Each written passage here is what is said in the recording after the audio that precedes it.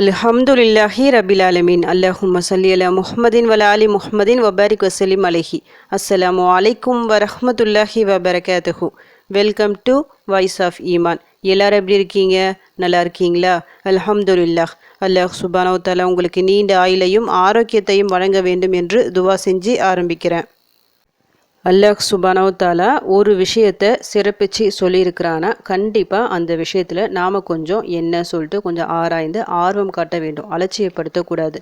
அப்படி அல்லாஹ் சொன்ன விஷயங்களில் ஒரு விஷயம், ஒரு 4 மாதங்கள் புனித மாதம் சொல்லிட்டு குறிப்பிட்டு சொல்லியிருக்கிறான். மற்ற மாதங்களை விட இந்த 4 மட்டும் குறிப்பிட்டு சொல்லியிருக்கிறான்னா நிச்சயமாக இந்த மாதத்தில் ஒரு சிறப்பு இருக்கும், அதில் ஒரு கண்ணியம் பரக்கத்து இருக்கும். அதை நாம் சரியாக பயன்படுத்தி கொள்ள வேண்டும். போர் என்பது நம்ம மார்க்கத்தில் முக்கிய ஒரு விஷயமா கருதப்படுகின்றது. ஏன்னா அந்த காலத்தில் போர் என்பது சாதாரணமாக இருக்கும். நம்மக்கிட்ட போர் வந்தால் கண்டிப்பாக திருப்பி நம்ம போர் தொடுக்கணும்.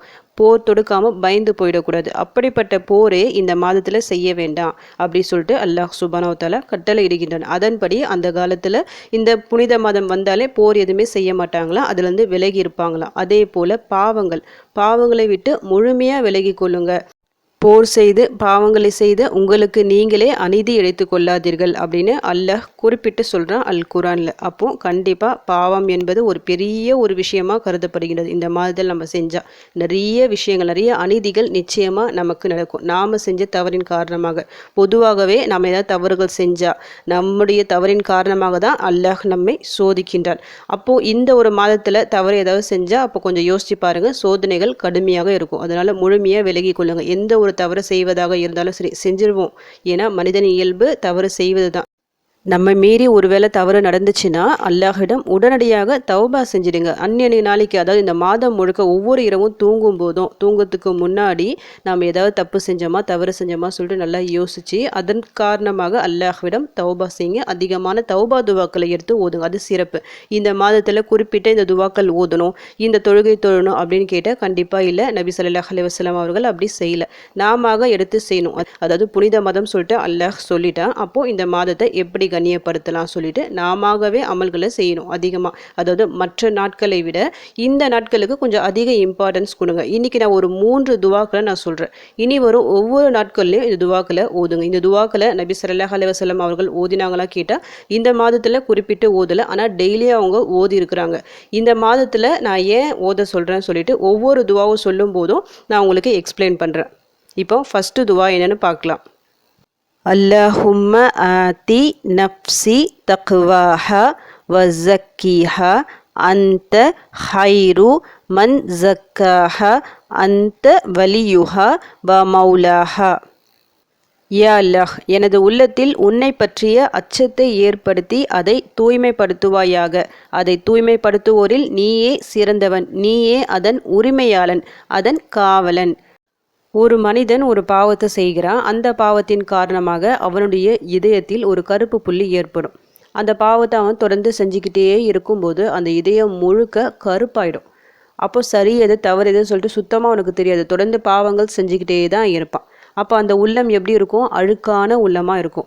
அந்த அழுக்கான உள்ளத்தை எப்படி தூய்மைப்படுத்துவது? பாவம் செய்யாமல் நம்மளால் எப்படி இருக்க முடியும் அப்படின்னு கேட்டால் அல்லாஹ்வின் அச்சம் நம்முடைய உள்ளத்தில் இருக்கணும். அல்லாஹ் நம்மை பார்த்து கொண்டிருக்கின்றான், நம்ம எப்போதுமே அவன் நம்மளை கண்காணித்து கொண்டிருக்கின்றான். அந்த ஒரு நினைப்பு நம்மக்கிட்ட இருந்தாலே போதும், எந்த தவறும் நம்ம கண்டிப்பாக செய்ய மாட்டோம். அந்த ஒரு அச்சம் தக்குவா நமக்குள்ளே இருக்கணும். அல்லாஹ்வே நம்ம பார்த்ததில்லை, ஆனால் அல்லாஹ் இருக்கின்றான் என்பதை நம்ம உணர்வோம்ல. அது 24 மணி நேரமும் உணர்வோமா? நிறைய பேருக்கு வராது. தவறுகள் செய்யும் போது மறந்துடுவாங்க. இதுவே அந்த எண்ணம் உங்களுக்கு ஃபுல்லாக இருந்துகிட்டே இருக்கும்போது நிச்சயமாக நம்ம தவறு செய்ய மாட்டோம். பெரிய பாவங்கள்லாம் நம்ம மூலமாக நடக்காது. இந்த துவாவில் நம்ம என்ன கேட்குறோம்? உன்னை பற்றிய அச்சம் எனக்கு ஏற்படணும், என்னோட உள்ளத்தை தூய்மைப்படுத்தி கொடு சொல்லிட்டு அல்லாஹ்விடம் கேட்குறோம். இந்த மாதத்தில் இந்த ஒரு துவா கேட்பது பொருத்தமாக இருக்கும். ஏன்னா பாவங்கள் விட்டு நம்ம முழுமையாக விலகி இருக்கணும்ல. இருந்தும் ஏதாவது ஒரு விதத்தில் ஷைத்தான் அந்த ஊசலாட்டத்தை ஏற்படுத்துவான், நம்முடைய மனசில் போடுவான்.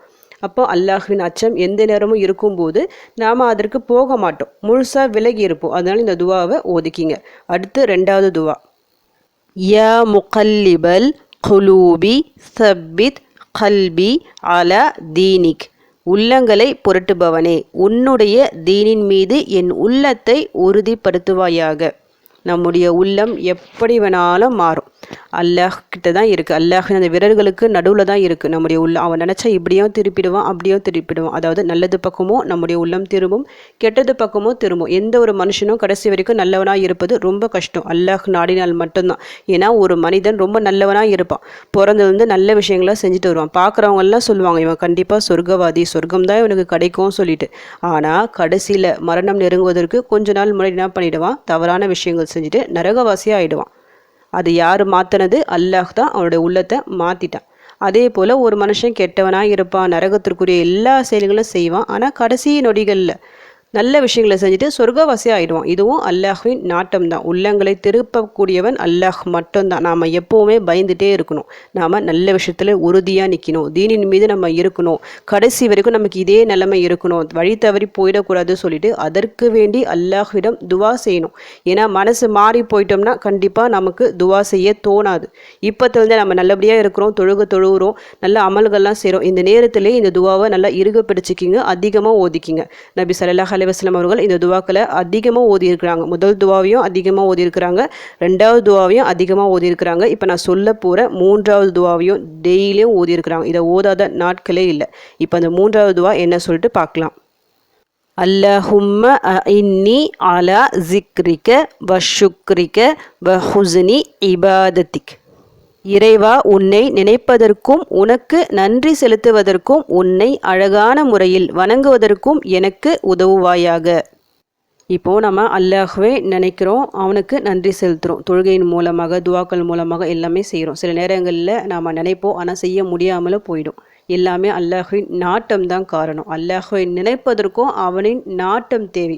அவனின் நாட்டம் இல்லாமல் நம்மால் 5 வேளை தொழ முடியாது, நோன்பு வைக்க முடியாது, எந்த அமல்களையும் செய்ய முடியாது. ஏதாவது ஒரு வேலை காரணமாக நம்மளால் செய்ய முடியாமல் போயிடும். அதனால் ஃபஸ்ட்டு எந்த துவாவை நீங்கள் ஓதுவதற்கு முன்னாடியும், அதாவது இப்படி நான் ஓதணும், இந்த மாதிரி தொழுகணும் அப்படின்னு நினைப்பதற்கு முன்னாடி இந்த ஒரு துவாவை அதிகம் ஓதிக்கிங்க. இந்த துவா உங்களை என்ன செய்யும்னா அல்லாஹ்வின் பக்கம் அதிகமாக நெருங்க வைக்கும், இன்னும் அதிக அமல்களை செய்ய வைக்கும். 5 வேளை தொழுகளை கரெக்டாக உங்களை ஃபாலோ பண்ண வைக்கும், இன்னும் எக்ஸ்ட்ரா தொழுகளை தொழ வைக்கும், நிறைய நல்ல விஷயங்களை செய்ய வைக்கும். இந்த துவா சிறப்பான ஒரு துவா.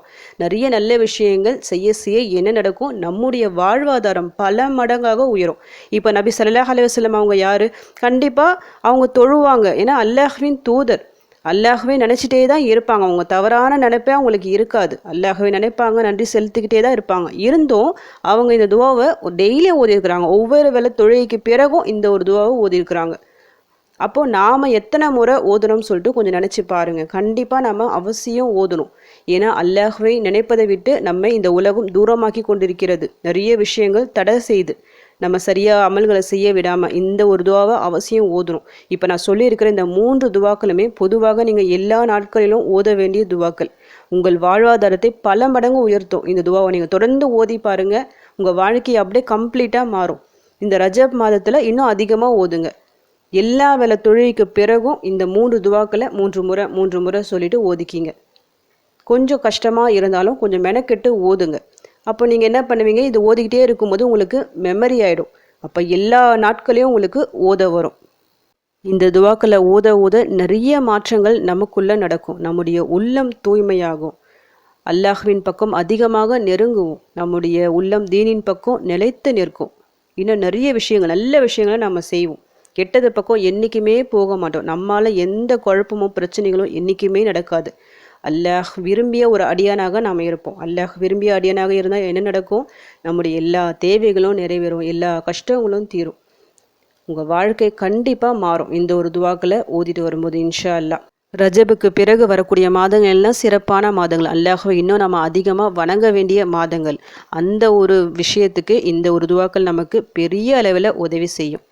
நிறைய அமல்கள் நம்ம செய்வோம், நம்முடைய வாழ்க்கையும் இன்ஷா அல்லாஹ் மாறும். தொடர்ந்து ஓதுங்க, நம்பிக்கையுடன் ஓதுங்க. கண்டிப்பாக ஒரு நல்ல மாற்றத்தை நீங்கள் உணர்வீங்க.